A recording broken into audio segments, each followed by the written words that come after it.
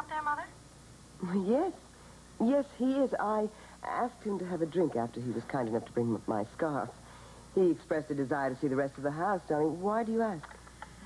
Frankly, I was hoping you were getting ready for bed. My guests have asked me to play the piano for them, and, well, the only out that I could think of was that it was too late. Oh, no. No, it's not. I'm very grateful to whoever made the suggestion. Actually, it was Alan who started the whole thing. Well, I'll still look forward to hearing you play. I guess I'm trapped then. We'll see you in a few minutes, Mother. Goodbye. Well, I'm glad to see your mother didn't let you wriggle out of it. I'd be curious to know what her reaction was when she heard that I was the one who suggested you play.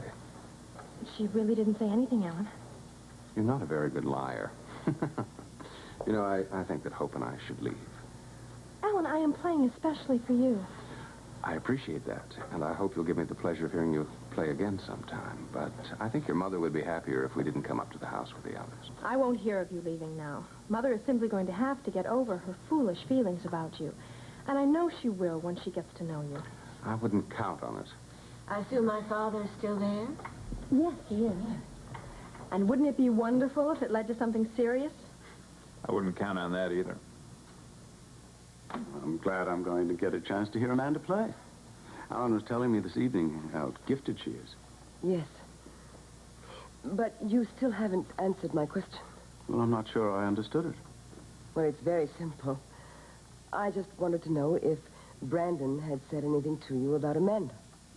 Only that he kept close track of her because of his deep feeling for our mother. I see. Does that answer your question? Yes. Yes, that was exactly what I was referring to. Ms. Wexler, I hope I haven't been indelicate in bringing up the subject of Brandon Spaulding, but I saw the look of fear in your eye when you met me down at the cottage, and I just wanted to reassure you.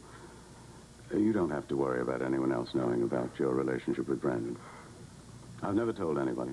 I never shall. And I know for a fact that he never discussed it with anyone but me.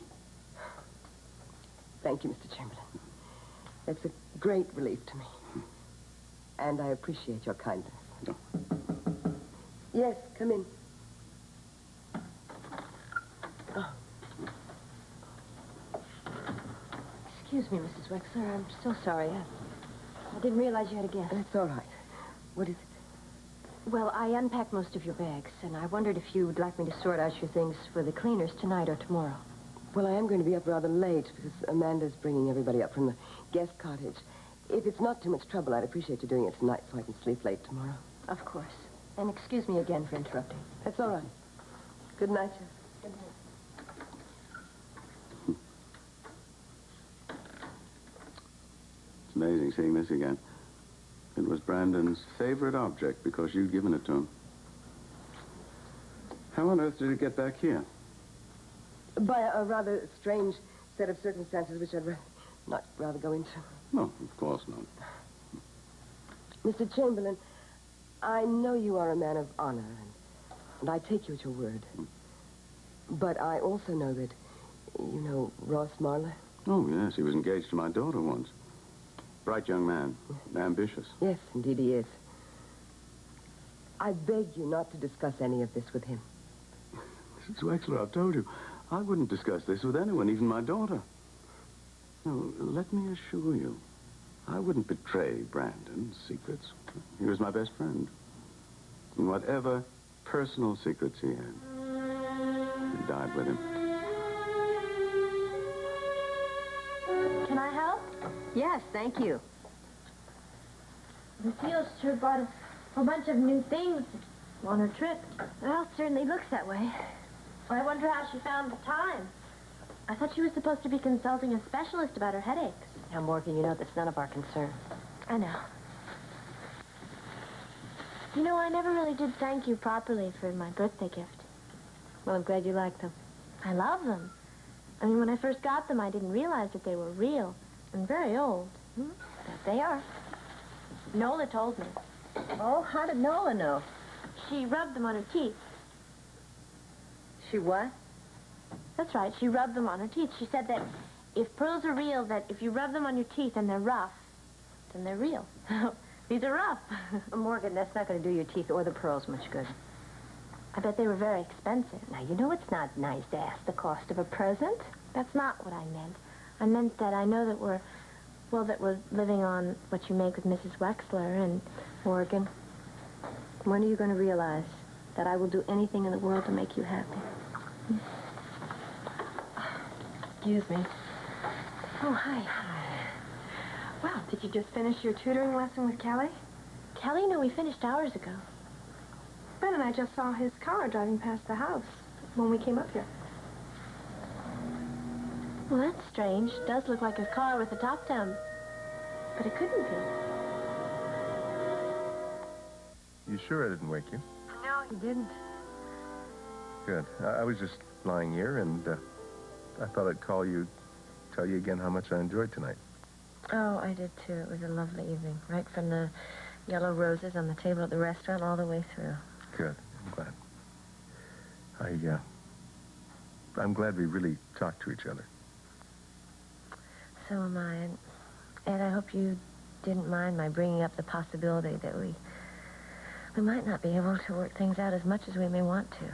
And of course I didn't mind that. I don't think there's anything that we should be afraid to tell each other now. That's probably where our trouble began. You know, we were so afraid to be honest with each other that I know. we stopped being honest with each other. I know. But I really think it'll work out, Rita. It feels very right to me. Yes. I'll let you go to sleep now. I'm having a lot of trouble in that department. I keep thinking about all the things I have to do tomorrow to get ready to go back to work the next day. It'll be good to have you working there again. At least I'll be able to see you more often. You sure you're not going to get sick of seeing me? Not a chance. I took a swim when I got back here.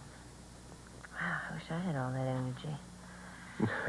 I wouldn't talk about having energy after that terrific performance on the dance floor tonight. Well, I am paying for it now. I feel like I've just run a 50-yard dash. Well, I'll let you get some sleep then. I just wanted to say goodnight. Well, I'm glad you called. I'll talk to you tomorrow, and I'm sorry about tomorrow night. It's all right. Before we hang up, just one more thing. Yeah. It's very lonely here. Here, too.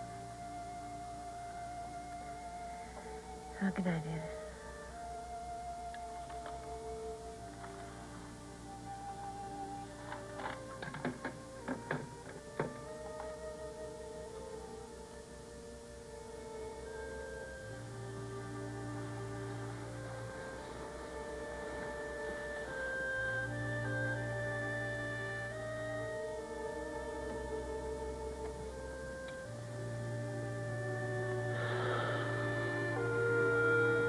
I came up here because I've agreed very reluctantly to play the piano, and I wondered if both of you would like to join us. Oh, I'd love to, but I'm not really dressed, so I'll enjoy it from up here. Sorry. I'm sorry you're not coming, but I understand. How about you, Morgan? I'd love to. Okay, let's go. Morgan, I'm not sure that that's such a good idea. Why not? Well, it's late. Mrs. Wexler might object. Jennifer, don't worry about what Mother might think. Morgan's a friend of mine, and she'll be there as my guest. All right, but come right back here as soon as Amanda's finished playing, all right? I will. Well, I think I better get down there before people start thinking that I'm trying to get out of it again. Let's go. Bye-bye. Bye.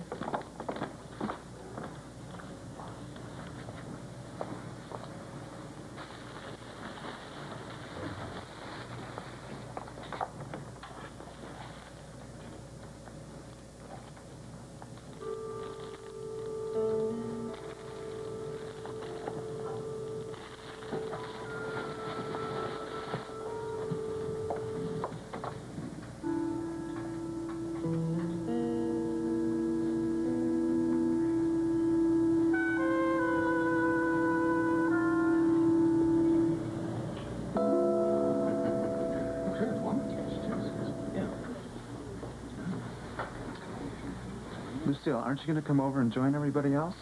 No, I certainly am not. Why not? I have no intention of socializing with Alan Spaulding. Then why did you agree to Amanda's moving the party up here? Because I thought he'd have the good taste not to come along. But I suppose that was hoping for the impossible. And I would go through a great deal to hear Amanda play again. Mm-hmm. Well, at any rate, I'm glad to have a minute alone with you. Oh? Yeah, what did the specialist say about your headaches? Morgan, I want you to meet Mr. Chamberlain and his daughter, Vanessa. Mr. Chamberlain? Oh. Hi. Morgan Richards. Nice to meet dear. you. I really can't talk about this now, Ben. When can you? The next time we're alone. Well, let's make it tomorrow, then. Fine. Okay. Morgan, isn't this past your bedtime? No, Mother, it isn't. And I asked Morgan to come down and join us. So, what are you going to play? Well, you got me into this, so anything you want to hear. But don't ask for anything classical right away until I get warmed up first, all right? All right, make it something light. Okay. Well, how about that old song that you played before? Which one? Well, the one you said that you danced to right after your wedding. Ah, good idea, Morgan. I think so, too. This is for my husband, whom I love very much.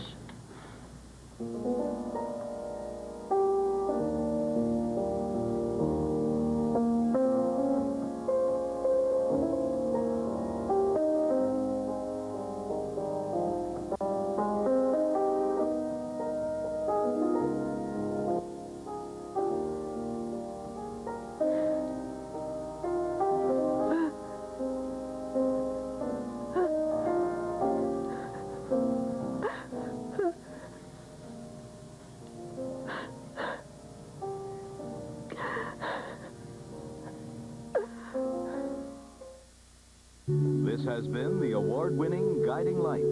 Fashions provided by Lily Rubin Salon South Southwest, Janie Jamaica Estates, and Barney's.